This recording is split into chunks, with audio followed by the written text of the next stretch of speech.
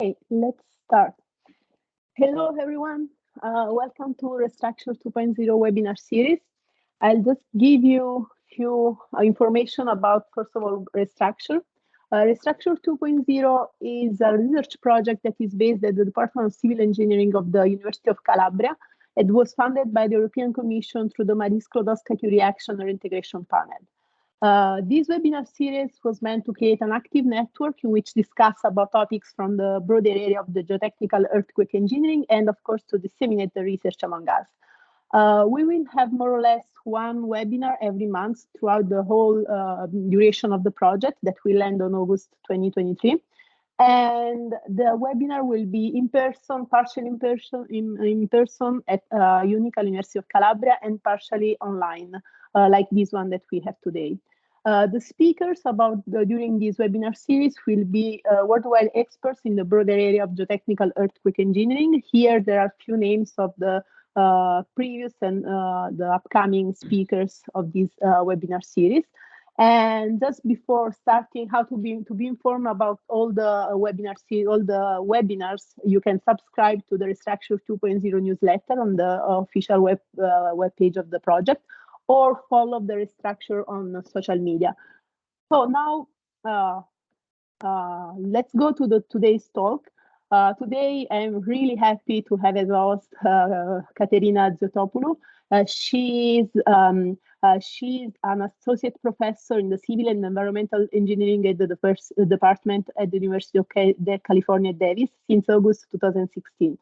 She received her PhD and master's degrees in civil engineering from UC Davis and her undergraduate 5-year diploma degree in the civil engineering from the National Technical University of Athens in Greece. Currently, her research focuses on numerical and experimentally studying the ground failure due to earthquake-induced liquefaction and its mitigation, developing numerical tools that advance predictive capability, and exploring data-driven approaches for geotechnical earthquake engineering application. She is the recipient of the 2021 Arthur Casagrande Professional Development Award of ASCE, the National Science Foundation Career Award, and the 2017 Greek International Women in Science Awards. So thank you so much again, Caterina, for accepting this invitation and for being here today. And thank you. And now I'll leave you. I'll stop share. I already unshare my screen. So please feel free to start your presentation. We are Thank you so much. Thank you so much, Giovanna. Sorry, Marco. I did not do the two names together. Sorry. Thank you so much for having me. It has been a long way of coordinating this. I'm sorry I couldn't be there. I would have loved to visit Italy. I'm currently in Greece as we speak, so very close, but too far at the same time. So thank you for having me. Thank you for actually requesting this topic. I have not presented about this before, although we have been working it for quite a while. This has been the PhD of my graduate student, Maya Alcorbawi. I'll talk about her in a little bit, but mainly what I want to do today is take you through all the advancements we have been making towards facilitating the numerical modeling of bio-cemented geosystems. And the way I put this presentation together is twofold. So first of all, I want to demonstrate the progress we have made on the different fronts that we have had to pursue for this project, but also I want to demonstrate the way we have been working because it is a challenging field. It is still very much developing, so that comes with some flexibility in what we do, but also some very unknown territory. So that has been a particularly interesting fact. So before I do anything, I just want to acknowledge that it does take a village to do the work we have been doing, and I really want to acknowledge some of the key people here. So everything that you see today regarding our constitutive model has been the PhD work of Maya Olkabawi. She just graduated from UC Davis. Mike Gomez and his former doctoral student, now postdoctoral scholar, Ming-Young Lee, up in UW have been a tremendous partner in performing DSS tests on uncemented and cemented specimens and jointly deciding what the next steps are. So they have been instrumental. Diane Moog out of Portland State University. She has played a key role in developing some semi-empirical relationships for input parameters. And then Jason DeYoung, who's running the hazard mitigation thrust of CBBG, the Center for Biomediated and Bio-inspired Geotechnics out of UC Davis. He has been phenomenal in introducing us to this relatively new discipline. And then, of course, Professor Boulanger, who has been my partner in crime in these models since 2010, if I remember correctly. So before I do anything, I just want to give a broad overview of the field of biogeotechnics. For this presentation, I have borrowed some of the slides from our paper, a state-of-the-art paper that Jason and Mike led a couple months ago for the conference in Sydney, so that I can give a broader overview and connect some of the dots so that I can present a relatively complete story. So in this sample cross-section of civil infrastructure, we can see the different ways with which biogeotechnics are hoped and envisioned to change the way that we go about either designing or mitigating and improving our systems. And there's different elements here, including some of the bio-inspired fronts from various researchers, and we can collectively, just to get some definitions going, we can collectively say that the field of biogeotechnics is rooted in the hypothesis that studying, understanding, harnessing, translating, and applying biological processes and ideas can really stimulate innovation and generate new geotechnical technologies. Now, the application of these new geotechnical technologies are mostly focused on sustainability, and then, of course, never leaving behind performance, safety, and ultimately societal well-being. But broadly, this is the umbrella under which we're working. So I mentioned bio-inspired, that's one field, but today we're going to talk mostly about biomediated processes, which collectively describe the initiation and regulation of natural biogeochemomechanical processes to produce changing and soil engineering properties. And those changes are always towards the improvement side. I talked about sustainability. And hopefully over the recent years, all of us have been in tune with the 17 goals for sustainable development set forward by the United Nations. And it has been actually realized that geotechnical practice has a lot of opportunities to have direct contributions to many of these goals set forward by the United Nations. Now, of course, this has to be evaluated and assessed within a life cycle sustainability assessment framework, which provides a way for systematically evaluating the benefit of these technologies compared to what was done before, also called business as usual solutions.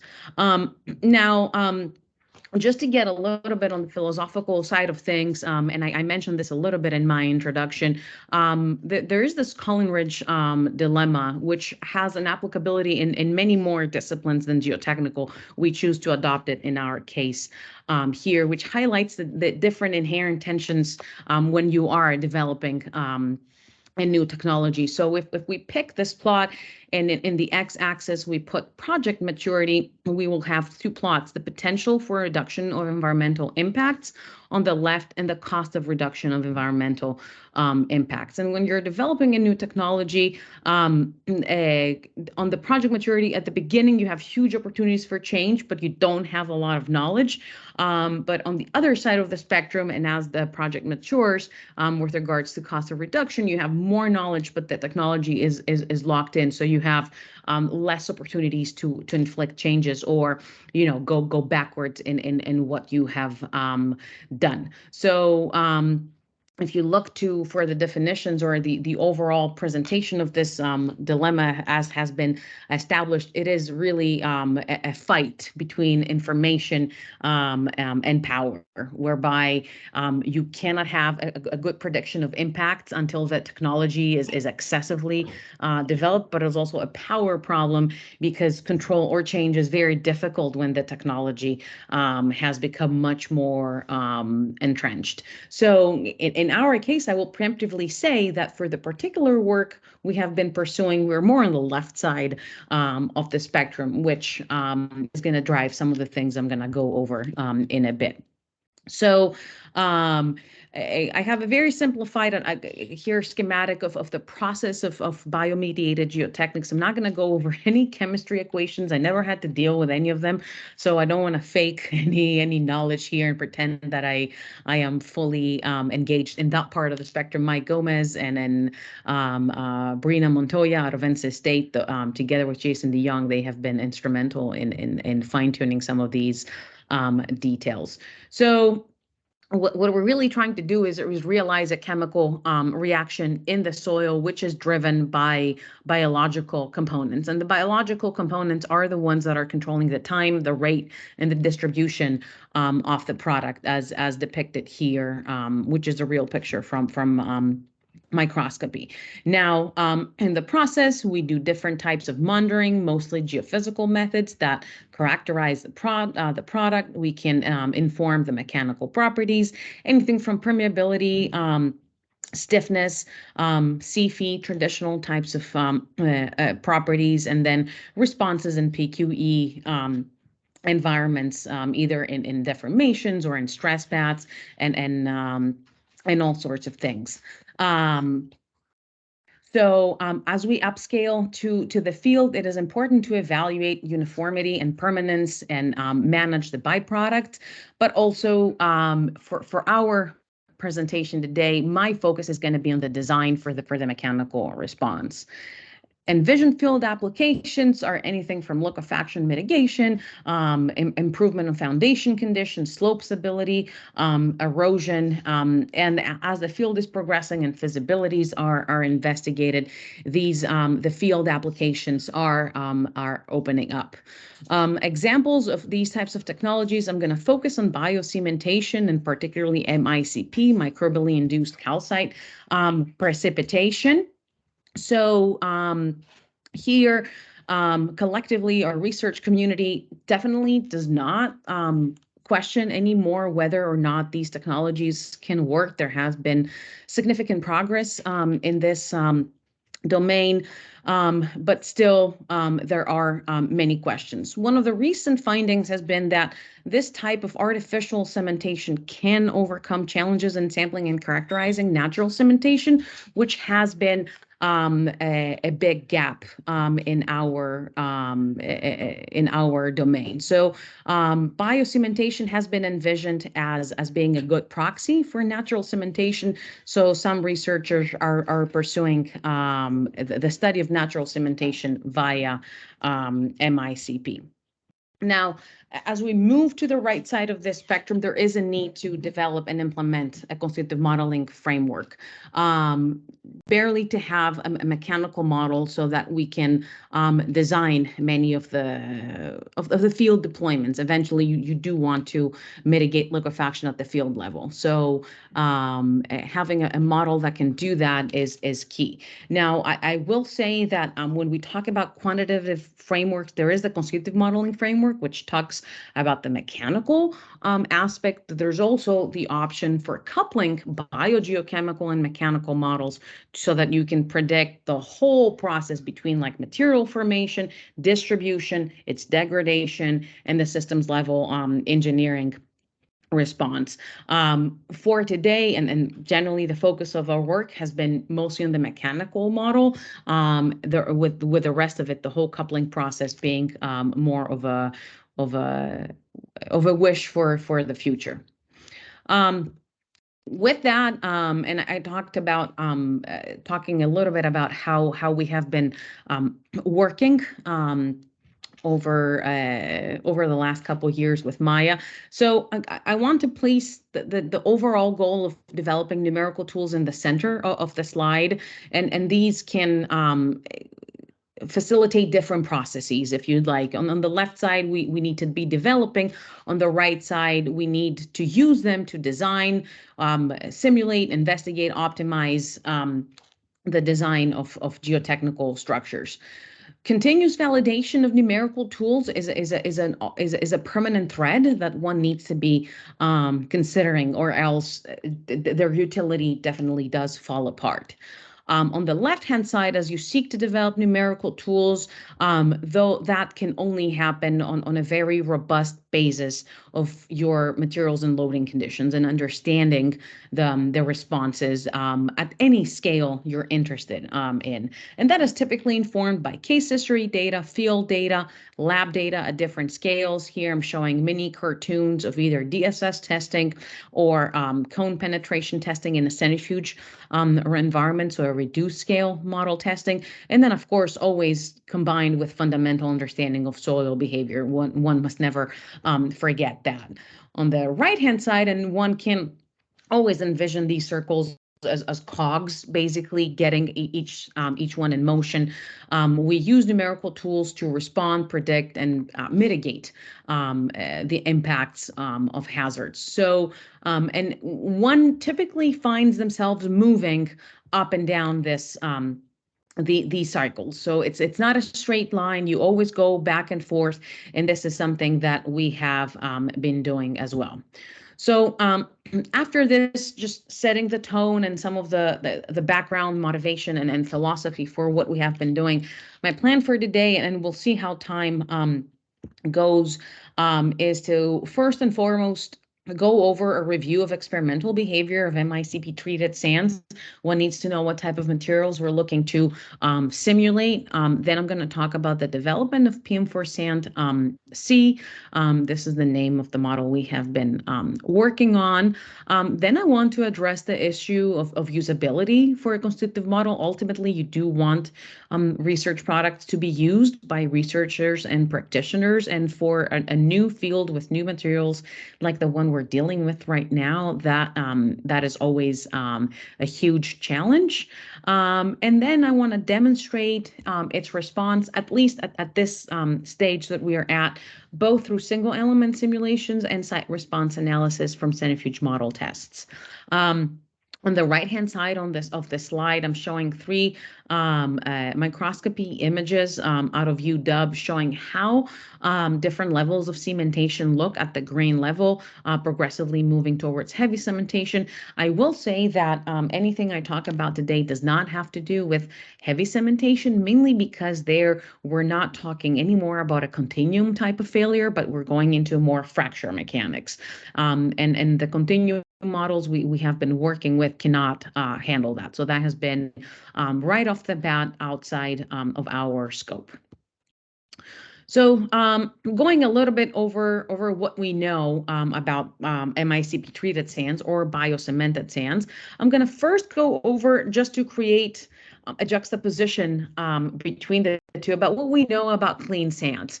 And anyone working in the field of liquefaction will arguably agree that we don't know everything possible. We are constantly humbled by the effects of new earthquakes, whether it's the earthquakes of New Zealand, Tohoku, and so on and so forth. There's always something new to learn. So what we typically know about clean sands, especially when we talk about what we know from the field, we have site characterization data, SPT, CPT, shear wave velocity models, and then also coupled with geological models to guide the selection of representative values. And we have done very, very well with developing a body of knowledge on these soil behaviors. Whether those are empirical, semi-empirical, or analytical, we do have a very good idea about how some of these more or less established forms, those of you familiar with liquefaction analysis will recognize all of them. We know more or less how triggering looks like. We know the effects of duration and number of cycles on the cyclic resistance. We know the effects of overburden through the K sigma factor as you increase suppressing dilatancy, and that makes your soil weaker. We know pretty much the effects of sloping ground conditions via the alpha static shear stress ratio and the K alpha correction factor. We know about G over G max curves and damping curves through extensive experimentation. We have a ballpark idea about how reconsolidation looks like, and we have a very good grasp on how monotonic responses look like, whether they're drained or undrained, essentially the two sides of the same coin. The same does not hold true when we start going into bio-cemented sands, and this is a growing field right now, but we must be careful. So there's definitely no mechanistic framework developed, but we have a good grasp of what is the sign of improvement. We know that the latency changes to higher value, for example. We know that stiffness increases, but we don't know quite yet how much and as a factor of what. And the fact that we have sparse data from many research teams, not necessarily following the same protocols or treatment methods, that complicates the story a little bit. So we definitely have a vastly and rapidly developing body of experimental data.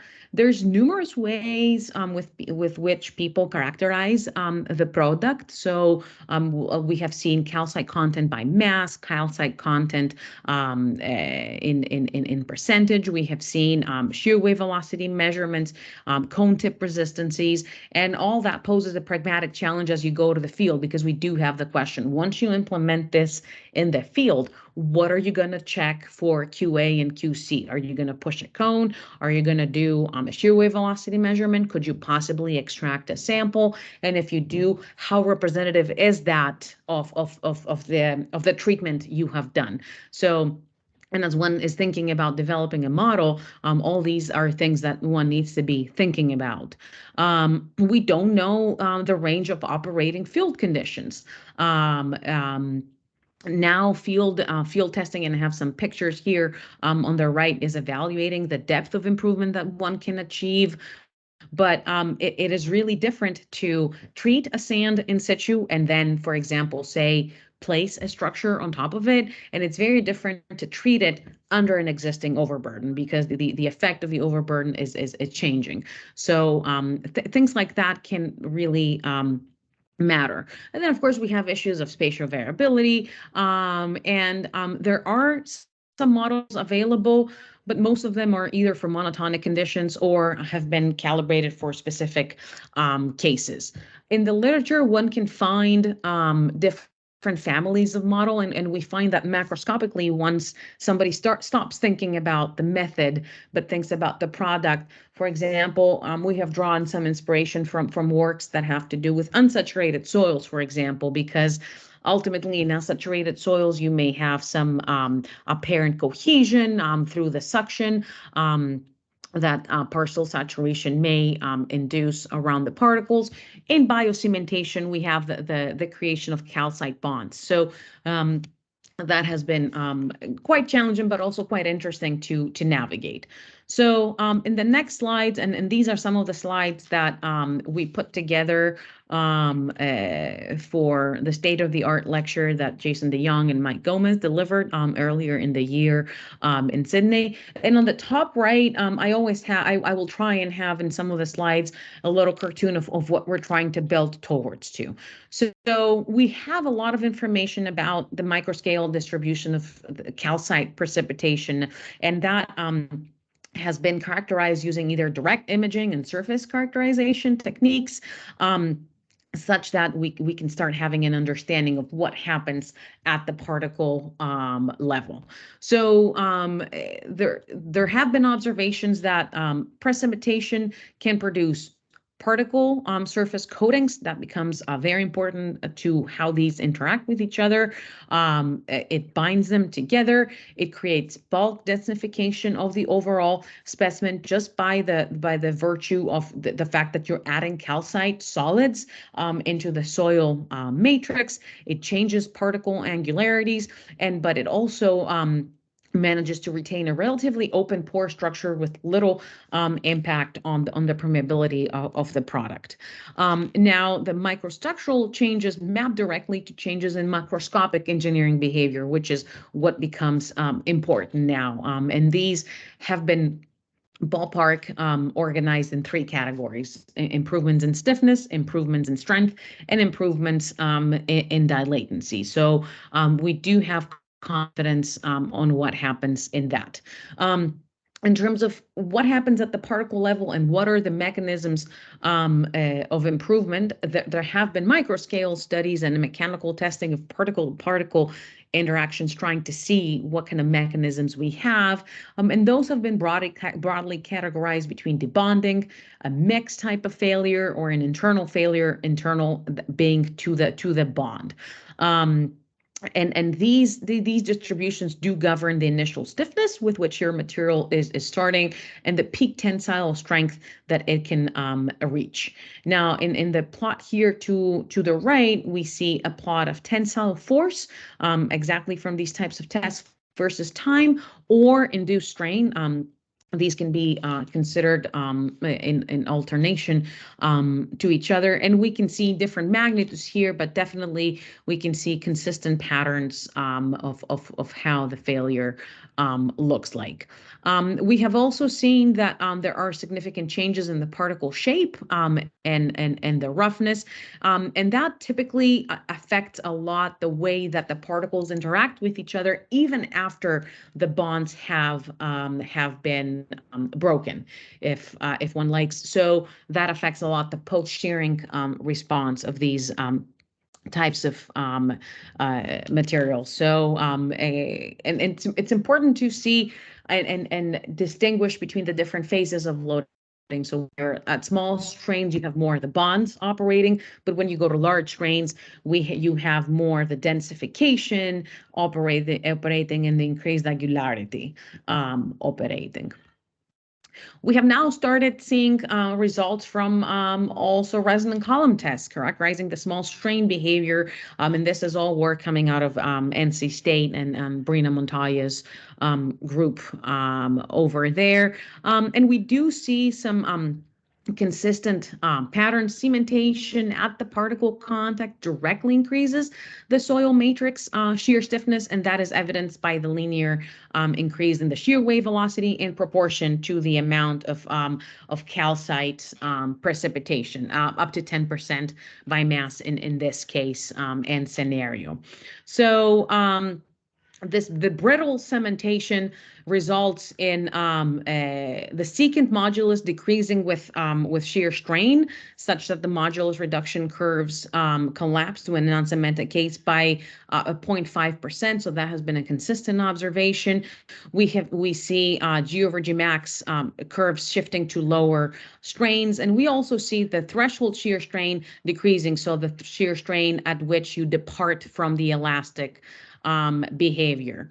Now, damping increases at a given shear strain with cementation, which also makes sense because it does take more energy to break those bonds. So these have started being captured in actual measurements, but not to an extent where we can have broad bodies of data, like, for example, the EPRI or Darendelli curves that we now know for non-cemented soils. For monotonic drain shearing, we have seen also different types of responses. These are in miniature triaxial tests with CT scans elucidating a little bit what happens inside. And here we see the global response of 2 different tests. The red one is uncemented with a 0% calcite here, and the blue one is cemented with a 5% calcite content. And generally, from the global response, we can see an increased stiffness, a higher peak strength, and a post-peak softening towards a critical state similar to uncemented sand. And all these, I am presenting these in the context of what would we like to be able to capture as we develop a model. So this is a data point here. Eventually, for medium and light cementation, you end up landing at the same critical state, for example, and this is important to know. Now, On the right-hand side of the slide now, we see results from CT scans in terms of calculated porosity and incremental strain. The red boxes correspond to the uncemented case, and the blue boxes to the cemented case. And the few things that we see is that we have a much more rapid onset of failure when we are in a cemented material. So instead of 10%, that you become much more brittle to something as low as 1%. And then we also observe that the shear band thickness decreases from anything from 30 D50 to 6 D50. These forgot to say that these will not become as important for continuum simulations, but they have been very informative for DEM type of simulations. Now, for monotonic drained and undrained shearing, we have lab data from direct simple shear through our work with UW, and we like to see these together because essentially drained and undrained differentiate themselves from the boundary condition that the water imposes, or the boundary that you have applicable in your DSS device. That can vary quite a lot depending on what you have in your lab. So these types of tests have also been able to map systematic improvements. So we have seen and validated the increase of initial stiffness, the increase of shear strength, and a stronger dilation if you're talking about drain test, or a more negative excess pore pressure as you're talking about undrained testing. So we have been able to map these trends, but we're not sure exactly about the magnitudes, and that changes a lot depending on the conditions at which you are testing. So in these plots, the darker lines correspond to a heavier cementation, herein measured through a delta Vs. So the change in shear wave velocity that you achieve compared to your initial one. So essentially a measure of stiffness. So the other thing that has been observed from these types of tests is that the benefits of cementation may diminish at higher strains for calcite contents up to 2 to 3%. And that isolates us or puts us more in the medium cementation range and below. For cyclic undrained DSS tests, we have also been able to observe some systematic changes here. I am showing each row contains a stress strain loop, a stress path, a stress strain loop, and excess pore pressure build up for CSRs of 0.2, 0.75, and 1.5. Of course, as you increase the cementation, which is what happens as you go downwards in this plot from a delta Vs of 0, this is the uncemented case, 194 meters per second and 476. So this would be considered medium to heavy cementation. We have to increase the CSR so that we can awaken a response that is measurable, if you'd like. So what we have seen is that as cementation increases as we go downwards in this 3x3 plot, the number of cycles prior to significant strain accumulation does increase. The rate of pore pressure generation slows down. Definitely it remains similar though to the uncemented sand once strains start to accumulate. So through this we can get information on how the bonds degrade through the progressive loading, and we have a small decrease in the post-triggering strain accumulation. We have been summarizing the undrained DSS data in different types of ways here, seeing the cycles to a 3% single amplitude cyclic strain, so 3% gamma, versus the change in shear wave velocity from cementation, and tracking how that changes through the different CSR applied and the different types of cementation. So broadly here, we can see that the cycles to 3% gamma exhibit a log linear increase with delta Vs for a given CSR. We haven't seen significant changes in the cyclic resistance, CRR, here as delta Vs increases. We can see this with the upward trend here. We have gaps here in testing. Cyclic resistance curves for high delta Vs values do continue to be developed, and the relationships and the ability to fit a power law here is also under investigation. The literature shows some differentiating opinions on the applicability of something like that here. But definitely the rate of improvement with delta VS may diminish at higher cementation levels due to more localized failure. So we have to be very mindful for how long can we implement, clean sand inspired frameworks to these relatively new materials.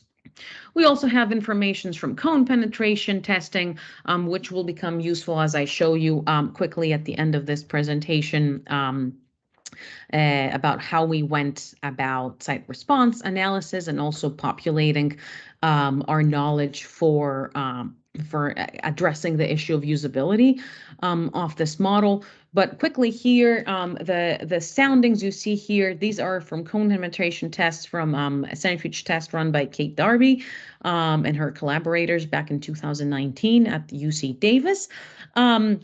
And we generally see an improvement in the cone tip resistance measured. Now, of course, that is something that the cone can pick up once you reach a calcite content that is higher than 2%. So the cone cannot quite decipher lower ranges of improvement, which makes sense because this is a high strain measurement. And we definitely see a consistent improvement across the different studies. And this is summary from 3 different larger scale tests. Here, these trends are plotted as change in tip resistance over the maximum resistance for the uncementated scenario, with a similar delta VS over VS max ratio here at the bottom.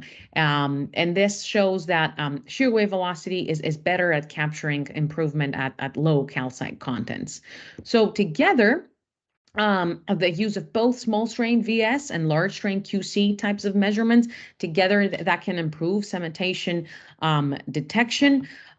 There's also the KG framework introduced by Schneider and Moss in 2011 that can remove the effects of relative density and confinement, and elucidate a little bit more the impacts of the environment and the micro bonds of these types of materials. So here's the equation of Kg, and here is typically plotted as G naught normalized. This is the small strain shear modulus over tip resistance, and then tip resistance normalized over effective stress.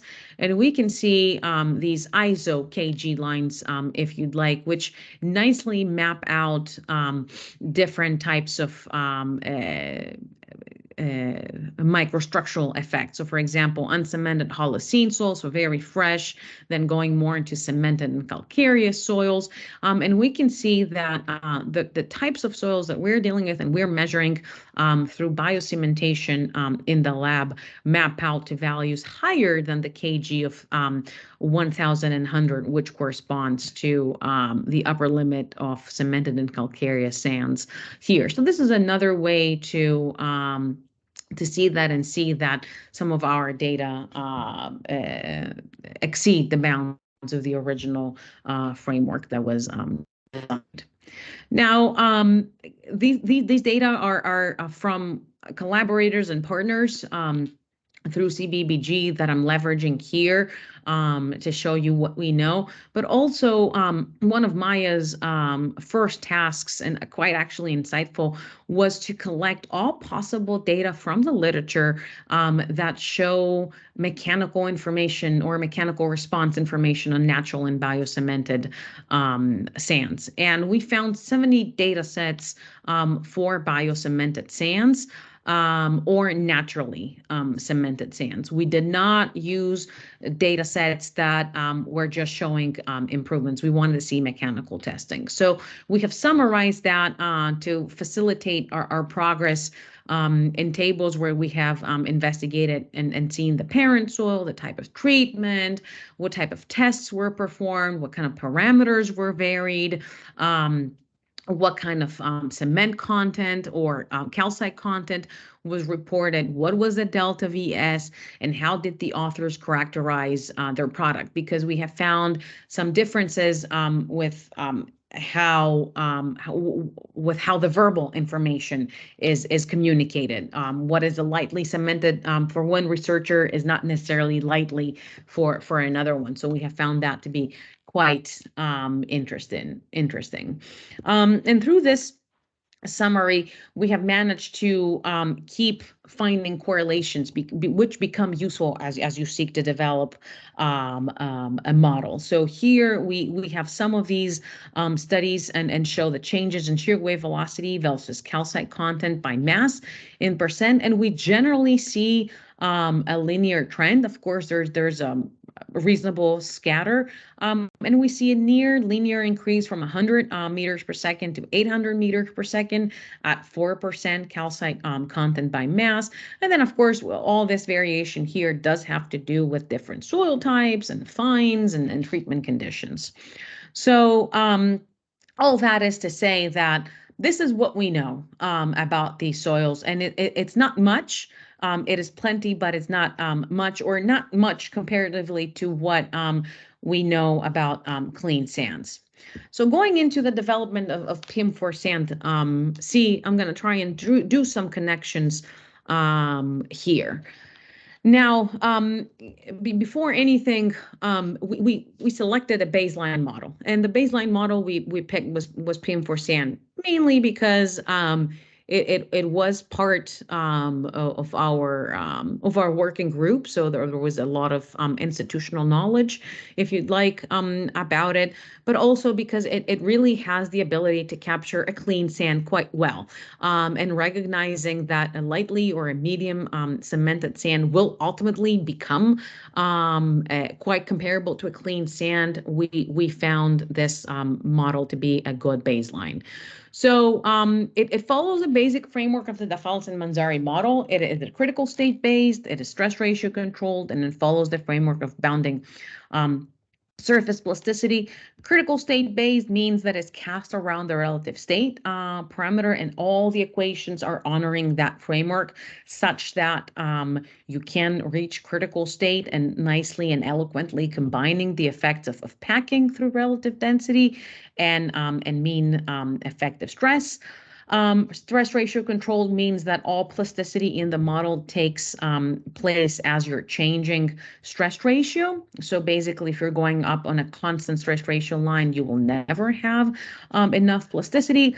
And then bounding surface plasticity essentially means that you are featuring, apart from your elastic range here, which is exaggerated in this plot, you're going to be featuring a dilatancy line, which is going to be separating your space between contractive tendencies if you're underneath it and dilative ones if you are above it. But you're also featuring a bounding line, which poses an upper limit to the states of stress you can attain. Now, bounding surface plasticity essentially means that all the behaviors in the model are mapped through the distance that your stress ratio has from the bounding line. So that informs anything from plastic shear modulus, dilatancy, and so on and so forth. So this is the basic premise in a nutshell. Also here in this slide, I'm showing the equations of the bounding line with red. We have a color correspondence here, the dilatancy line and the critical state line. And the only thing I want to focus on here is that these two are a function of the relative state, with a dial here in the front. And this means nothing more that as you shear the soil and as the model is tracking that shearing, these two lines are rotating as scissors in space, eventually potentially collapsing on the critical state line as your relative state parameter becomes 0. It's worth to say that in the original formulation of PM4 sand, we have removed the load angle dependency. So that needs to be remembered. In the beginning, we thought, why not just use PM4 sand and just make it denser and stiffer? Because all the responses that I showed in the beginning, I said higher strength, higher stiffness, more dilatancy, and these really are the impacts of having a higher density, right? So we wanted to see what we would be able to attain if we just tried to do a first validation exercise to see how far off would we be. So initially, we tried to honor the information we had. We didn't fake or artificially introduce some other wished density. And here I'm showing an initial calibration effort wherein the gray lines are experimental data for a bio-cemented material from Gomez and Min-Young Lee. Here, the cementation shear wave velocity was 182 meters per second, and then the relative density was 42%, and it was sheared at a CSR of 0.2. Now, the orange line is what we were able to capture with our original PM4 sand model. And one can say that loosely, the stress strain loops were able to get captured, but we were far off in the contractive behavior, and we were far off in the RU buildup.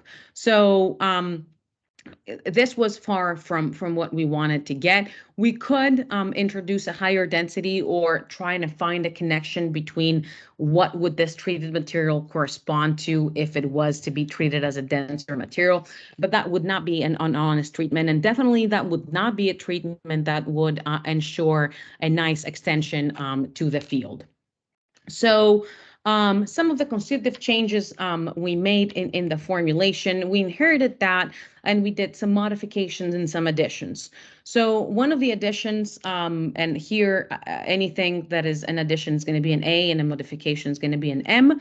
So we introduced an apparent cohesion. So we essentially shifted the constitutive space to the left such that we have a P prime shifted to their left, and then gradually this space is moving to the right as the bonds are degrading.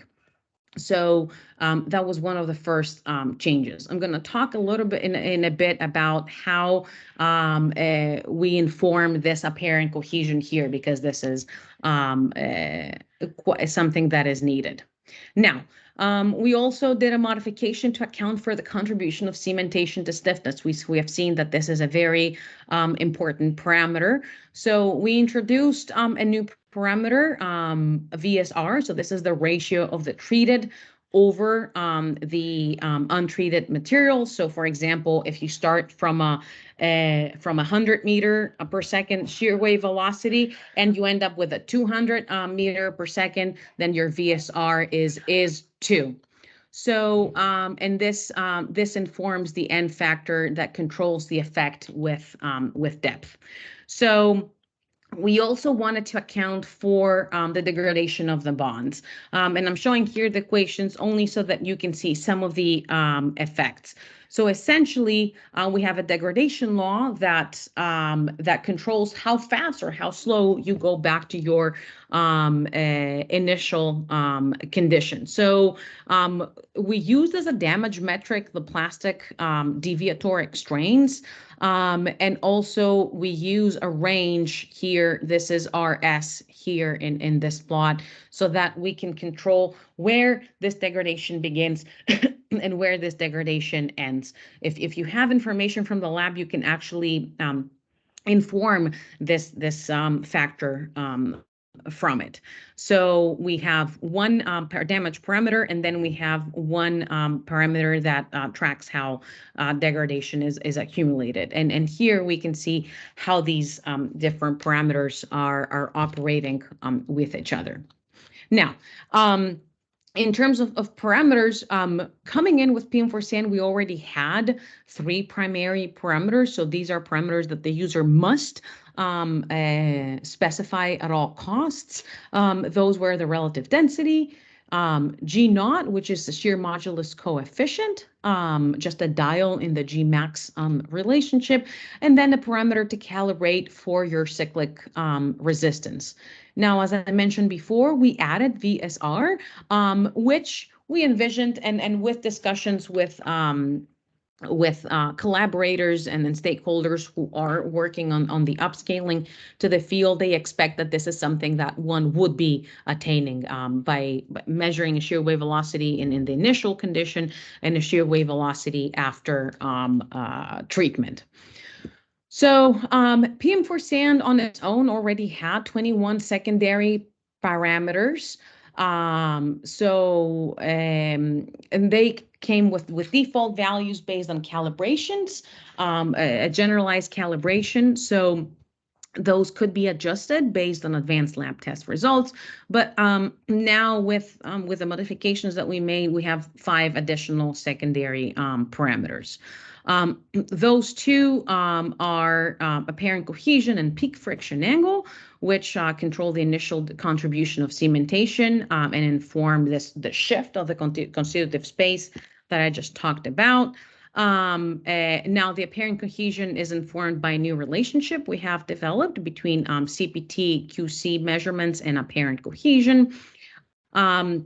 And also now to control the degradation, we have 3 more parameters that control that part of the response.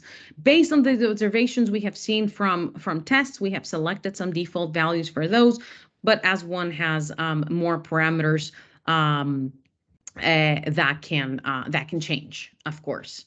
I'm now at 45 minutes, so I'm going to spend 5 more minutes to show some indicative responses and some of the efforts we have made to inform empirical relationships so that I can allow for some questions at the end. So I talked a lot about the issue of how are you going to make this model usable? Because as we go into the lab, we measure calcite content, but this is not necessarily something that one would measure in the field. So and we do need to have a grasp on this apparent cohesion that we need as one of the input parameters. So addressing the issue of having pragmatic input parameters, we worked under the expectation, I'm not going to say assumption, I'm going to call it expectation, that QA, QC in the field is going to have a seismic CPT or a CPT measurement coupled with geophysical tests, which maps back to some of the information I showed in the beginning. So we decided to semi-empirically, if you'd like, populate this space and say the following. If I were to penetrate a more Coulomb material, what kind of apparent cohesion would give me the resistance that a cone is giving me in many of the tests that we have available? So that was the question. So what we did was we performed numerical simulations of cone penetration. This is what I'm showing here in the middle. We used more Coulomb material with assigned C and Phi parameters, and we varied C in order to validate the measurements against large-scale, large tank tests and centrifuge model tests. Once we did that, we managed to connect cohesion with a change in tip resistance and track that for different effective overburden stresses. Once we did that and we considered to be validated and interpreted in a rational way, we ran this model for higher and more overburdens such that we could populate the space more and create a relationship between cohesion and change in tip resistance. So eventually, once you implement your measurements in your field treatment, you can have definitely geophysical measurements, and with the help of a cone, you can then obtain reasonably a cohesion such that you can inform your model. So the way we went about this is that we got some initial grasp on the relationship between delta VS and cohesion from well-documented tests, and we found a relationship between delta VS and cohesion. So this is delta C, but we assume that we start from a C of 0 from the sand. So this is essentially the actual value. We use that in simulations. That's where Diane Moog was instrumental. And then we validated those against cone penetration measurements. This is data from large tank tests, and these are data from centrifuge model tests. So once we did that, and I want to focus here on the top left side. We compared simulations to the open symbols, which are the data that we had, and those were operating. You can see the color correspondence. They were at quite shallow overburden, so 13 and 35. So we validated against those, and then we ran more analysis for 100, 200, and 400 percent overburden. And then, of course, we did a correction for overburden effects. We tracked how our results mapped to the KG framework, so we were able to see this trend perpendicular to the constant KG lines, and that was an extra way for validating our approach. And then we mapped the cohesion that we were able to obtain to the delta QC value that was achieved in the field. So we saw that apparent cohesion increases linearly with delta QC, at least from our simulations, and that the slope of this line is a function of effective stress, wherein with a higher effective stress, you tend to drop. You tend to have a milder slope. Then we performed a regression analysis with more conditions so that we can populate this space. And here we're tracking the effects of overburden, change in tip resistance, and the cohesion that is needed to map this tip resistance. And we were able to develop these two relationships. So delta QC was largely affected by soil strength, so that made sense. That's why you have this upward trend here. We see the major role of confining stress in the soil's resistance. And then we saw that the ranges of tip resistance and vertical effective stresses were comparable to dense clean sands. That's why we limited this relationship to loose MICP treated sands, which is expected to be anyways the field of application. So quickly, I'm going to show some single element simulations, and I'm not going to show any site response analysis, just to be mindful of everyone's time. These are all single element simulations, monotonic, undrained, wherein we can see undrained monotonic data for different overburden stresses, and each column is for a different shear wave velocity ratio, starting from uncemented, going to a 2, and then a 4. And we generally can see increased stiffness, increased brittleness. We're not quite able to yet track the reduced strain at which this peak shear strength is happening, but it is definitely on our to-do list. Looking now at an example calibration against DSS data from treatment materials. Now you can see that for a VSR ratio of 1.25, which is not a very high one, but taking things slow, we can see that we can much better capture the contractive response, the stress strain loops, and the buildup of excess pore pressure against one lab test. But if we do more of these simulations and we see how we can track the duration of loading in more usable, say, CSR versus number of cycles curves, we can now see that our single element simulations map quite well to the data that we have available from UW. Now, we do manage to track the trends in terms of the power law that we typically fit in this types of data, but we are still quite unsure about the applicability of a power law, especially for larger numbers of cycles. Here I'm plotting just for transparency, larger number of cycles, but we're not sure that, actually it's not that we're not sure. This would definitely not be applicable for earthquake loading conditions, which is the hazard of interest in this case. So we're just looking at the mechanics here. We'll see what is actually necessary for the future. In terms of tracking the effects that we have seen from GeoVergy max curves, we have seen that we are able to track both the reduced threshold strain, but also the effects of shear VS ratio with higher cementations leading to a more rapid reduction in your shear modulus. And then tracking the relationship between Gmax with vertical effective stress. We see that we honor quite well that N factor, whereby, of course, as you have higher cementation, you have less effects of your overburden, eventually approximating a rock-like condition. We also see what the effects of overburdens are for VS ratios of 2 in the top row and 4. And we can see that, of course, the effects of overburden become more prominent there. We can see a larger separation of these. But these are single element simulation, and this is, as I said in the beginning, one of the more open fronts to be populated with lab data. So that remains to be seen.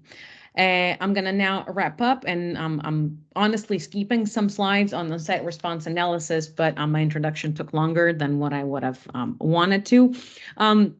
Anyways, MICP and generally biomediated processes and bioinspired, just to be more inclusive, do present unique opportunities to develop technologies that lead to major changes to current practices in geotechnical engineering. We do have a good grasp, and by we, I don't mean me. I haven't worked on the biogeochemical processes, but most of my work with Maya has been relying on the biogeochemical processes. So I can say that they have been established quite well, and we now have a good control on the cementation extent and distribution, which leads to our materials that we're trying to simulate. We have been able to map stress-strain behaviors as a function of cementation level, and we have been able to map, if not specific magnitudes, but definitely signs in the improvement for different types of behaviors. Having constitutive models can definitely facilitate upscaling to the field, but we have to be really mindful of the operating conditions and the limitations that we're coming in with. Clean sands are challenging to start with.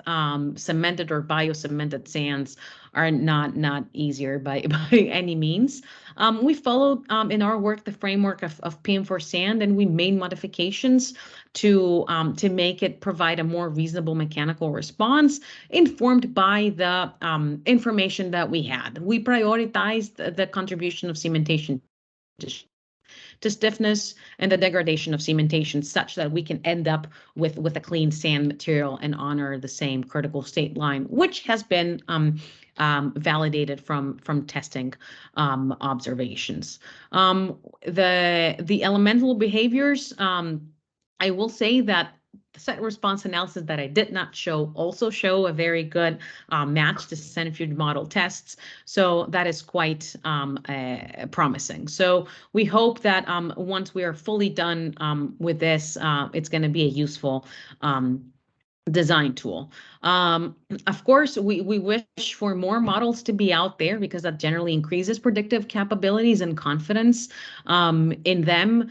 We hope that people will keep testing and contributing data to open databases so that we can keep enriching those scatter plots that I showed you before and hopefully unify what we know about these materials, maintain open conversations, and definitely bring in ground improvement stakeholders, because as you saw, if we don't know how this is going to look in the field, if we do not know what we're going to measure in the field, then it really challenges the application of a model like this one.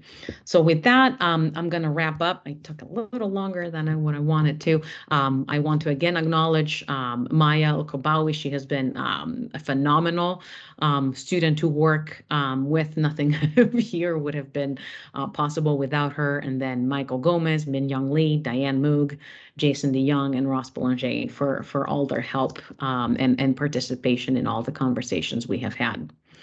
With that, I'm done. Thank you so much, Katerina. This was really interesting, and it was great hearing all that stuff. And also the introduction, I guess that was great because it was like, that's a relatively new... I paid it, but I thought it was necessary. No, that's true, because it's relatively new field, so it's very good to have also an overview. So do we have any question from the people attending? You can use the tool to. We have a question from Paolo. All right. Yes, it's much more of a curiosity than a real question, because I don't know if this has been explored. So we know that there is a cyclic degradation of cementation. Now I'm wondering whether we have, thresholds beyond which cementation is gone, and this is kind of like going in the framework of analyzing multiple earthquakes, during a sequence or something like that. So we have a foreshock that may be kind of, strong, and, that event does not cause any liquefaction. But then because of that, there is cyclic degradation of cementation. And then when another earthquake happens, which may be the main shock or, strong aftershocks after a main shock, then we will then see, liquefaction appearing. And so if we do have a good understanding of what the threshold is, I guess we can also kind of like, start thinking about these kind of clustered events. And I'm mentioning them specifically because in central and southern Italy, we've been seeing this kind of, sequences to be pretty frequent. So, it's kind of like connecting to that type of earthquake sequences. Yeah, so you're definitely right. I mean, this is and the reality is always much more challenging than the wishes that we put in our developments, right? To be honest, we don't have any information about that, right? I mean, we don't know how a foreshock would be priming or destroying initially such a ground improvement. To be completely honest with you, I don't think anyone will ever treat a material as a light, right? Light cementation. I think there's going to be a battle between going to a medium cementation, which would probably not get affected by a foreshock. And then the battle will be, do you do a medium one, less cost, more effective, rather than go to a high cementation? Because the high cementation would not make it liquefy, but it would lead to very high amplifications of acceleration, right? So there is the work that we're now pursuing, and Jason is leading that more in the centrifuge. We want to see what are the effects at a system level, right? Because you want to strike a balance. You want to delay your excess pore pressures. You want to have low deformations, but you also don't want to have all hell break loose because you have very high accelerations. So I think with the medium one, it's going to be safe against foreshocks. It's not going to be so degraded, and then it's going to stay away from the high one. Honestly, I don't think that anyone will ever do a VSR of 1.5. It's not worth the effort. But that has a very nice, academic interest, right? And it makes you feel good that, we got something going here. It works. Let's go to a VSR of 2. Oh, okay. Let's go to a VSR of 4, right? Yeah, that opens up a lot of research questions, and it's quite interesting and exciting. I think this is like a growing field, and you guys are kind of paving the road for much more research that will definitely come in the near future. It has been fun, but it has been very challenging, right? And I mean, many of the things, we worked with many hypotheses, to be honest, right? Rational, but hypotheses, because we knew that we didn't know the magnitude, but we knew if it's going to be a positive effect or a negative effect. So once we started developing that, we said, let's go with the effect. And then once we start getting more data, and it was nicely aligned because that's when we started getting more data, we said we can refine things later. But we can build in some capacity and then we can revisit that. So yeah, plenty more stuff to do though. Yeah, cool. Thanks as always. No, this is exciting. That's the fun part. That's the fun part, to have more to I do. know. Do we have any other question? Yes. Hello. Yeah. So I have a question. Is this model specific to MICP treated sand, or can we use it for EICP treated as well? Keeping in mind they have different rate of precipitation and different rate of chemical reaction, which may result in different morphology of precipitate. Given that we have not cared, if you'd like, about what happens microscopically, if the macroscopic effects of EICP, of desaturation or anything are the same, then I find no reason why the model would not be applicable, right? We have focused on macroscopic. So microscopically, that's another question. So there's nothing in the model that has been particular to MICP. It's just the data that we have worked, and we're trying to be honest about it. Okay, thank you. You're welcome.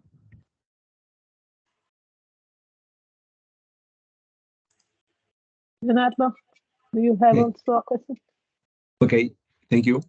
Thank you for your nice presentation. I'm sorry, but I'm, as Paolo said, I'm structural engineer, but it is not for my fault. So I'm. My father is a structural engineer. Don't you worry. So I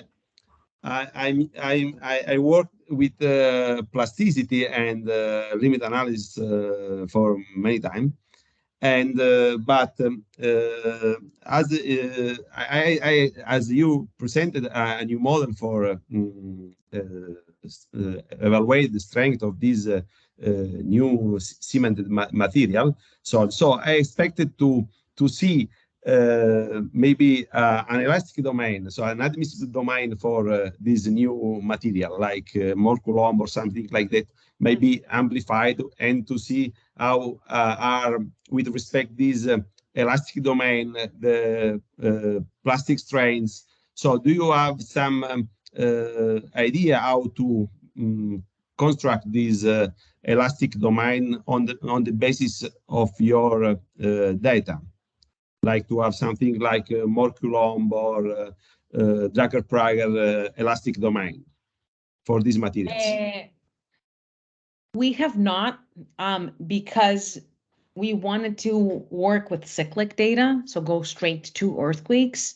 And since, you know, the models you mentioned right off the bat do not qualify for that. If you introduce degradation, you can use, you can do plasticity and modify these domains with degradations, and you perform step-by-step analysis with finite elements, and to use these domains that changes with damage.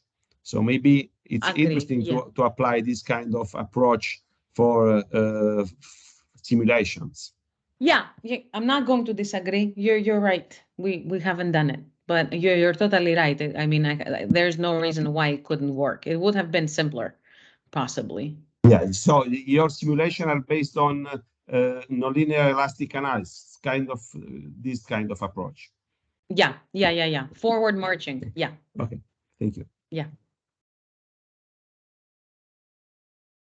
Thank you.